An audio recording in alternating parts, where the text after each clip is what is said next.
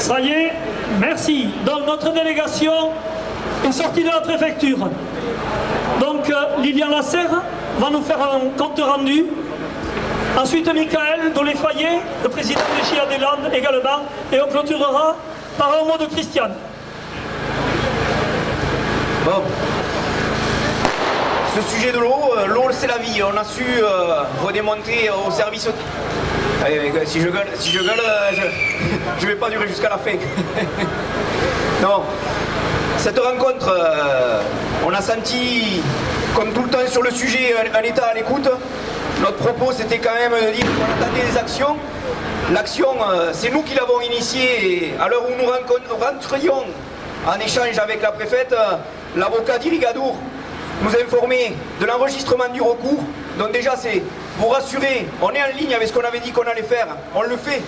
C'est le recours, il est déposé, il est enregistré. C'est dans les tuyaux. Les services de l'État, au travers du ministère de l'Environnement, après l'assurance des propos de Madame la Préfète, c'est qu'il y aurait un deuxième recours porté par le ministère de l'Environnement. C'est déjà un moindre mal. Si on veut continuer à exister,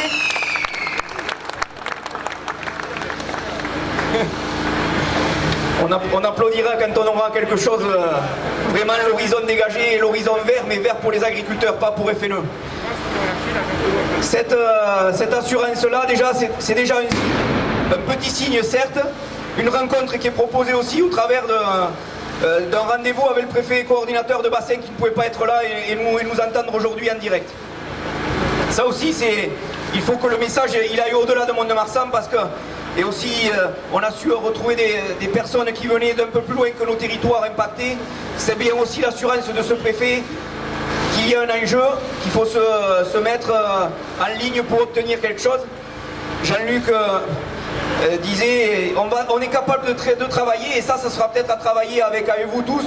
Dans la désobéissance, on va travailler peut-être dans l'obéissance par la démonstration que l'on est capable de gérer, si on ne nous donne pas administrativement ces autorisations telles qu'on pouvait les avoir avant, on désobéira, mais on montrera qu'on est capable de gérer l'eau et l'environnement, mieux que les autres, qui cherchent simplement à n'attaquer au tribunal que ce que font les autres en travaillant dur.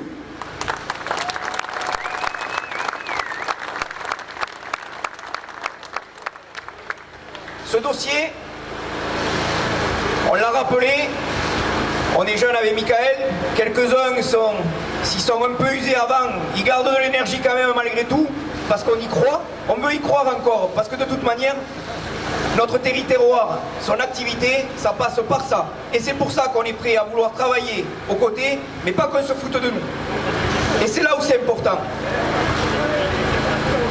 On verra, on va bosser, on aura encore besoin de vous tous, parce que quand je dis tous, c'est les entreprises d'amont d'aval qui se présentent ici aujourd'hui aussi. Et ça, je peux vous garantir, ça a été remarqué. Ça a été remarqué, il faut que ça soit remarqué. Il n'y a pas que l'agriculture, il y a l'économie au travers aussi de l'acte de production des agriculteurs. Merci encore. Michael, à toi.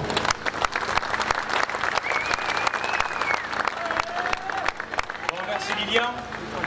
Moi tout d'abord j'aimerais remercier tous les gens présents ici. Ça n'a pas été simple de l'amener cette manif. Quand on voit tous les élus, toutes ces écharpes de mer, la préfète elle a vu. C'est pas que les paysans qui sont dans la rue aujourd'hui, c'est tous les gens qui défendent ce territoire. Et comme on lui a dit, on peut remercier l'ancienne génération qui a créé des lacs il y a 30 ou 40 ans pour nous permettre d'arroser aujourd'hui. Mais on n'a pas l'intention, nous les jeunes, de laisser la même chose à nos enfants. Et on va créer des lacs. Et on en créera d'autres. On se battra. La position a été très claire. Si on appelle, on perd, on continuera d'irriguer. On sortira les compteurs et on se battra. Et on irriguera. Et c'est pas 1000 ou 1500 personnes qui auront Mont-de-Marsan en 6 mois, mais 3 ou 4000. Et là, on gagnera. Et on ne cédera rien.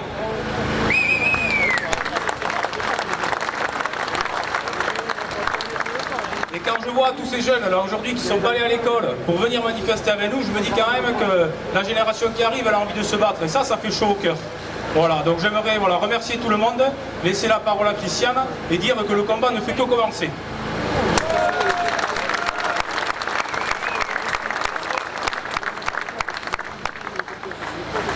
Merci beaucoup. Mes chers amis, quel plaisir de vous retrouver. Quel plaisir de vous retrouver, non confinés, masqués, sérieux, responsables, mais extrêmement nombreux. Et cette mobilisation très très importante ce matin témoigne de l'exaspération qui est celle des agriculteurs face à l'incompréhension de quelques personnes. Je voudrais remercier Lilian et Michael pour leurs propos très responsables. Saluer la présentation de Jean-Luc Cap tout à l'heure, de Guy Estrade et de tous ceux qui se sont exprimés, mais aussi le discours très volontariste de François Lespard tout à l'heure. Et je vous demande d'applaudir ces responsables qui ont pris l'initiative de cet rassemblement.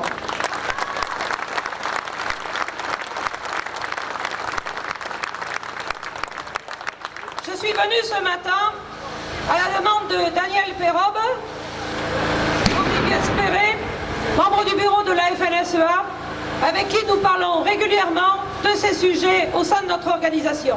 Et je peux vous dire que vous avez le soutien plein et entier de la FNSEA et je peux dire des jeunes agriculteurs pour cette mobilisation et pour défendre l'irrigation. Parce que défendre l'irrigation, défendre l'eau, c'est défendre la vie, mais c'est défendre aussi l'alimentation et les hommes et les femmes qui la font, c'est-à-dire nous tous.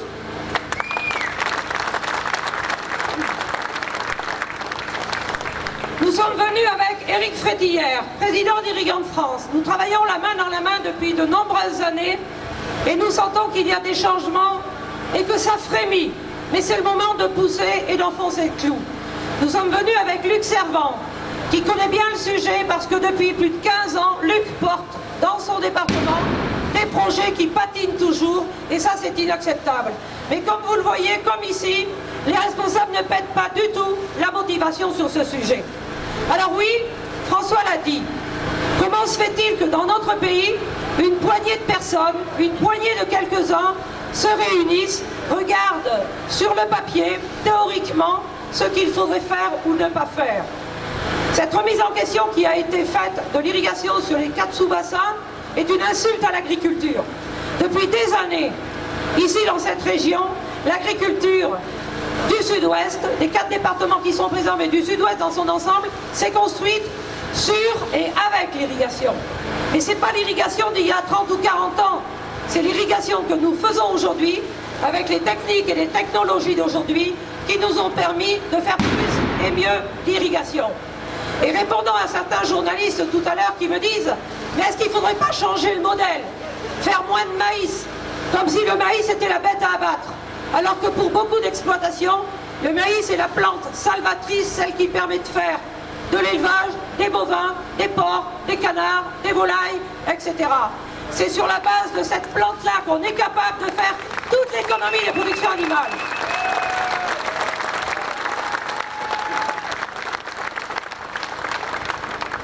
Et je suis productrice de porc et dans notre exploitation, la moitié de la surface est en maïs, transformé sur place et mangé par les porcs charcutiers. Je sais la richesse que ça apporte, mais aussi la sécurité alimentaire en termes économiques sur l'exploitation agricole. Donc ne nous laissons pas abattre sur ce sujet. Il y a quelques jours, certains ont marché pour le climat. Alors c'était pas la même coloration, c'était pas la même ambiance, c'était pas toujours la même couleur de drapeau, mais ils ont voulu nous dire voilà l'économie qu'il faut faire, voilà l'écologie qu'il faut faire, voilà la loi climat qu'il faut faire. Une loi pleine de réglementations, d'interdictions, de surtaxation, comme si l'écologie, ça se réglait comme du papier musique dans des lois ou dans des bureaux. Nous sommes, nous, des écologistes de terrain. La nature, nous la connaissons, l'environnement, nous le connaissons, les rivières, nous les gérons, les bassins versants, c'est notre quotidien et ça fait des années que nous l'avons appris. Moi, je ne veux pas qu'on nous oppose de ne pas connaître ou de ne pas prendre en compte l'environnement. Ça fait des années, même que nos aînés l'ont fait et l'ont bien fait. L'écologie, c'est nous, le terrain, c'est pas dans les bureaux.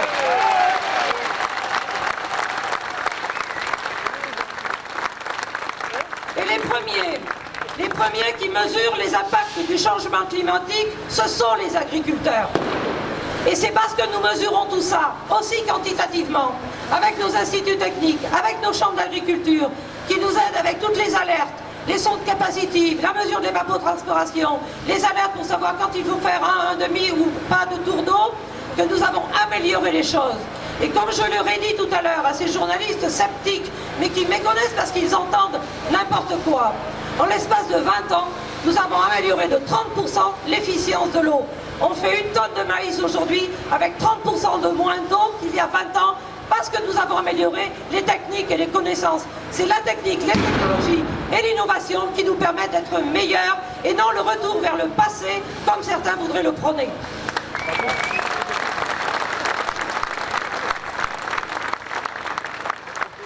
Oui, nous sommes confrontés aujourd'hui à des aléas plus nombreux. Oui, nous avons vécu il y a quelques semaines des inondations dramatiques et certains d'entre vous en ont été victimes. C'est l'illustration, s'il en était besoin, que même si nous avons à l'avenir, et le GIEC le dit, les experts climatiques, les mêmes quantités d'eau qui tombent, elles tomberont de façon plus anachronique. Trop d'eau à certaines périodes, manque d'eau à d'autres périodes. Alors, comme on nous a appris, et comme c'est écrit dans le code rural, est-ce qu'on saura gérer l'eau en bon père de famille? Avec le bon sens paysan, en se disant que quand elle est abondante, voire surabondante, quand les sols sont gorgés d'eau, quand toutes les réserves sont pleines, on peut imaginer de créer des réserves nouvelles pour stocker cette eau trop abondante et pouvoir l'utiliser l'été. Le comble, c'est qu'aujourd'hui on nous demande de stocker l'eau en amont des villes, dans nos prés, dans nos champs, dans des bassins d'expansion des crues, pour préserver les villes des inondations. Ça coûte moins cher aux assureurs et il y a moins de dégâts.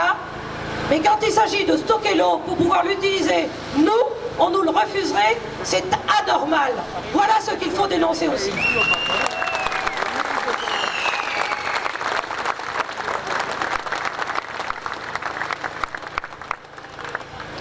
À plusieurs reprises, certains d'entre vous ont évoqué la nécessité de planifier mieux.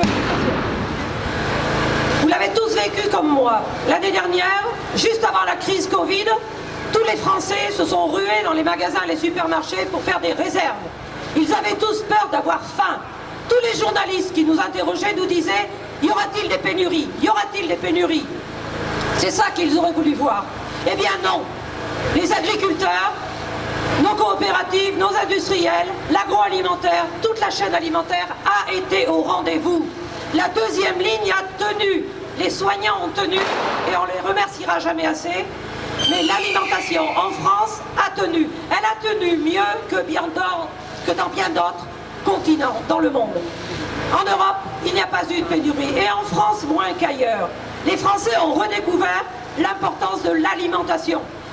Mais dans l'alimentation, il y a des agriculteurs, il y a des producteurs, il y a des filières organisées et c'est la richesse de notre pays. Si nous avons fait tout ça, c'est parce qu'il y a eu avant nous nos pères, nos grands-pères, comme l'a montré le film Paysans, qui ont travaillé, qui se sont tués à la tâche, qui ont reconstruit toujours et encore, malgré les guerres, malgré les crises, malgré les difficultés, les hommes et les femmes quand les hommes étaient partis au combat. Ce qui fait la fierté de l'agriculture aujourd'hui, c'est cette capacité justement à dire que l'on peut se relever toujours, parce que produire l'alimentation, c'est noble. Notre première mission, c'est une mission nourricière. Et là où certains n'avaient en bouche que la montée en gamme. La montée en gamme, Dieu sait si nous l'avons entendu. C'est nécessaire, mais ce n'est pas suffisant. Parce qu'en France, nous avons des consommateurs qui ont des pouvoirs d'achat différents. Nous-mêmes, nous ne mangeons pas toujours de la même façon. Nous voulons nous produire toutes les alimentations pour tous les moments de consommation et pour toutes les bourses. Et quand le président de la République, Emmanuel Macron, a dit le 12 mars, 5 jours avant de nous confiner, confier notre alimentation à autrui serait folie. Confier notre santé à d'autres serait folie. On le voit aujourd'hui avec le porte-container qui fait la une de l'actualité, bloqué dans le canal de Suez, avec ses 25 000 containers et tous les autres qui sont autour et qui attendent. Si on continue à être dépendant de l'extérieur, y compris pour notre alimentation, on est à la merci de ce genre d'accident. Avoir la capacité à nourrir sa population, avoir la capacité à tout moment, même en période de crise et de confinement sur des temps longs, de produire, de transformer, de stocker l'alimentation, c'est ça la vraie richesse de l'agriculture française. Nous le devons à nos aînés, nous voulons le continuer, nous le devons aussi à la politique agricole commune qui doit rester une politique économique de production qui intègre l'environnement, mais qui ne met pas l'environnement en avant et la production en arrière. C'est tout ça que nous voulons. La souveraineté alimentaire, c'est la clé aujourd'hui. Alors, la souveraineté alimentaire, pour la construire, que faut-il? Il faut des déclarations politiques, elles sont là. Il faut une mobilisation des budgets. Emmanuel Macron et Angela Merkel l'ont fait avec le plan de relance européen. Et nous avons eu un retour sur la PAC.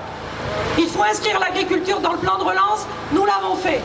Et si l'agriculture est dans le plan de relance, nous le devons à la mobilisation de la FNSEA et des jeunes agriculteurs qui l'ont porté tant chez le nouveau ministre dès son arrivée que chez le Premier ministre. Parce que nous avions été rendez-vous, parce que nous n'avions pas trop baissé en activité, ils ne voulaient pas mettre l'agriculture dans le plan de relance.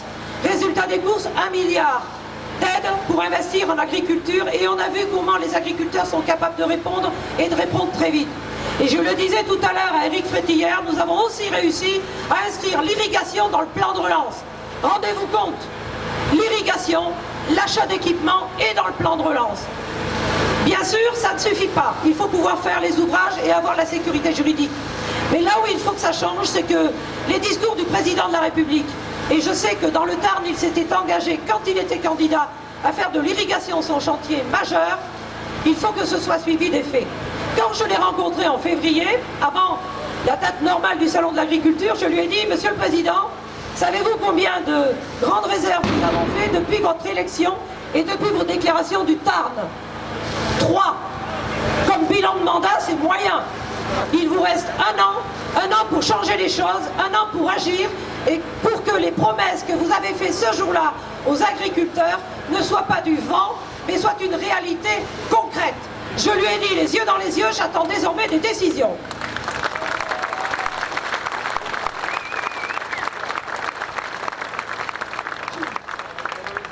Le ministre de l'Agriculture a déclaré récemment « L'eau, c'est la mère des batailles ». Très bien. Ça a fait l'objet d'un bel édito dans la presse de plusieurs articles. Le dire, c'est bien. Le faire, c'est mieux. Voilà ce que l'on attend du ministre de l'Agriculture. On ne peut pas en permanence repousser à plus tard parce qu'il y aurait des échéances. Une fois municipale, une fois régionale, une fois européenne, une fois présidentielle, etc., etc. L'heure est aujourd'hui aux décisions concrètes. Devant le président de la République, le ministre de l'Agriculture, Julien de Normandie, s'est engagé à lancer le Varenne de l'eau. C'est important que ça s'appelle comme ça, parce que Varennes, c'est la rue de Varennes, c'est le ministère de l'Agriculture, et c'est aussi Matignon. Et c'est pas le ministère de l'Écologie seul qui va faire le boulot. Alors oui, il faudra qu'il y ait l'agriculture et l'écologie, mais il faut que le ministère de l'Agriculture se dope en compétences et en discours pour qu'enfin ça penche du bon côté pour du pragmatisme sur le sujet de l'eau. Nous avons un an pour convaincre qu'il faut faire sortir un certain nombre de projets des cartons. Ils ont été identifiés, nous avons travaillé avec la PCA pour les identifier, nous les connaissons, nous connaissons aussi les freins, mais ça relève aujourd'hui de la volonté politique. Alors, moi je suis comme vous, je ne me satisfais ni de promesses ni de discours. Ce que nous attendons, c'est des actes concrets et des décisions. Et j'attends de Julien de Normandie très rapidement qu'il se prononce enfin pour dire « Voilà ce que je vais faire sur l'irrigation dans notre pays ». Le constat que nous faisons, quel est-il? La France est un des pays où il y a le plus de pluviométrie, ça a dû vous être dit. Mais nous sommes le pays qui stockons le moins. Moins de 4% de stockage de l'eau, quand d'autres pays stockent plus de 20%.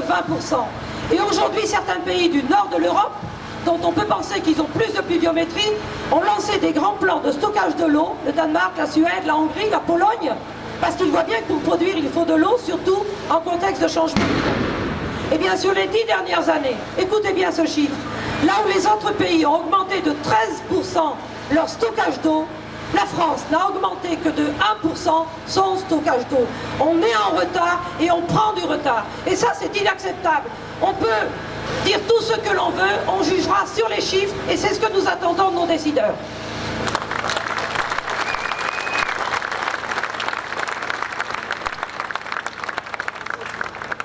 Et puis ce ne sont pas les marches pour le climat colorées qui vont nous faire reculer.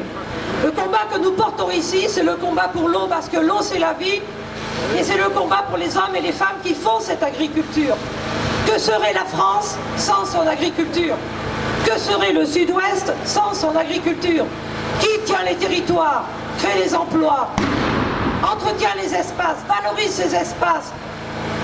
Qui met en valeur ces territoires? Les agriculteurs. Qui se décarcassent tous les matins pour justement changer ses pratiques et les vouer? C'est notre profession.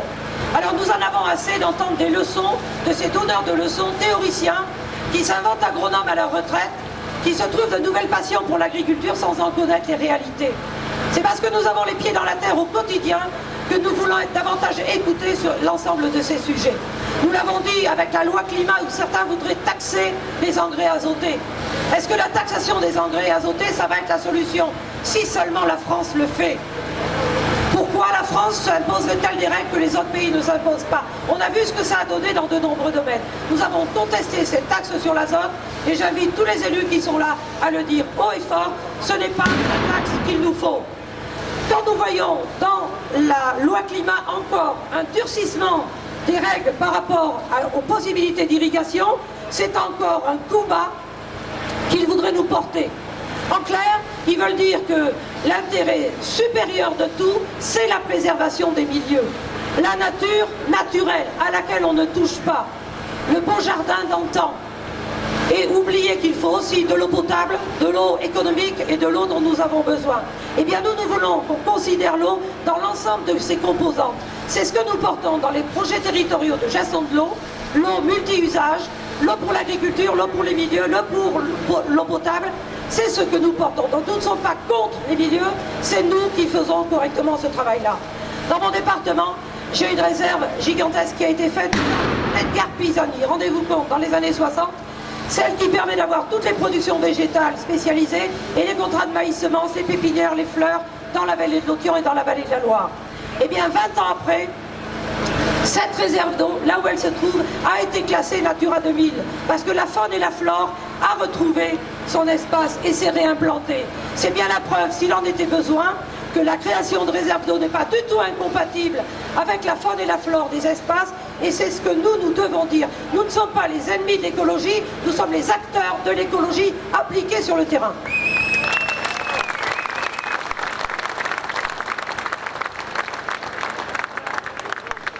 Alors il y a des associations avec lesquelles nous engageons le dialogue.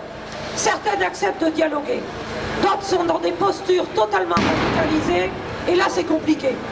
Partout où vous le pouvez, dans vos communes, avec les associations, parce que parfois en local on peut trouver des accords qu'on ne trouve pas avec les postures nationales, surtout quand il y a des alliances contre nature.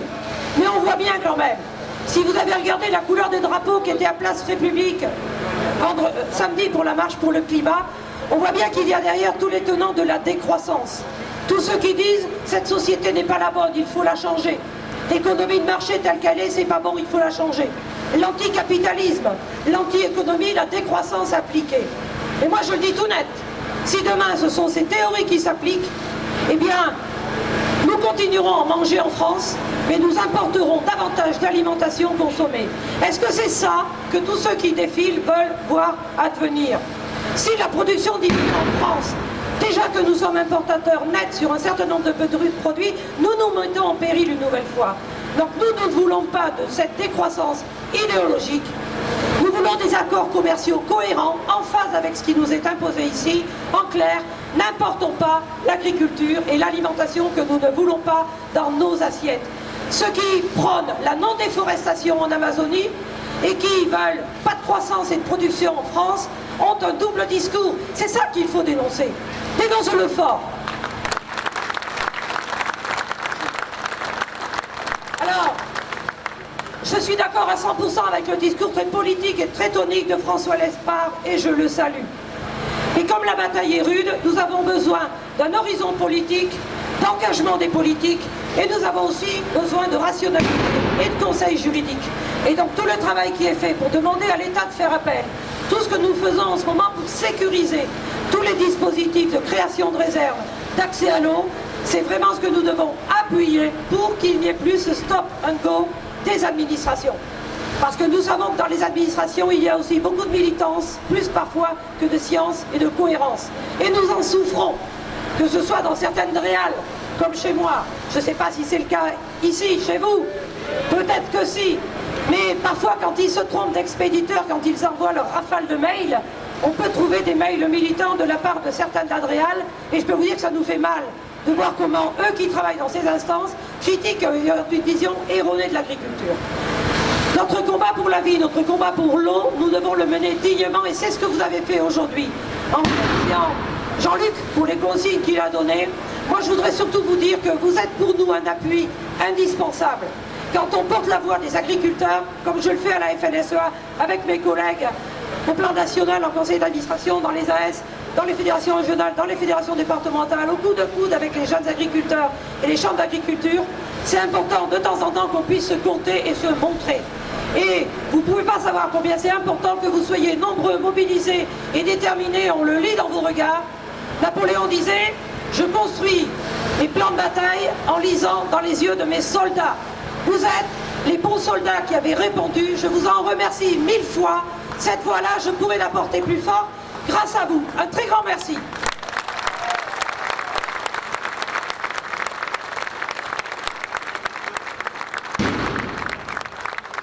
Bon, on ne parle pas après un préfet, mais on ne parle pas après Christiane non plus quand même. Allez, merci beaucoup Christiane pour ces propos qui nous font chaud au cœur, pour ton soutien ici dans la région. Merci Christiane, parce qu'avec tes mots, tu traduis tout ce qu'on ne sait pas dire, tout ce qu'on porte, toutes les valeurs qu'on porte. Merci à toi. Merci Christiane pour ton soutien. De notre côté, je peux t'assurer que nos 4 départements sont derrière de manière unanime, derrière la FNSEA. Merci.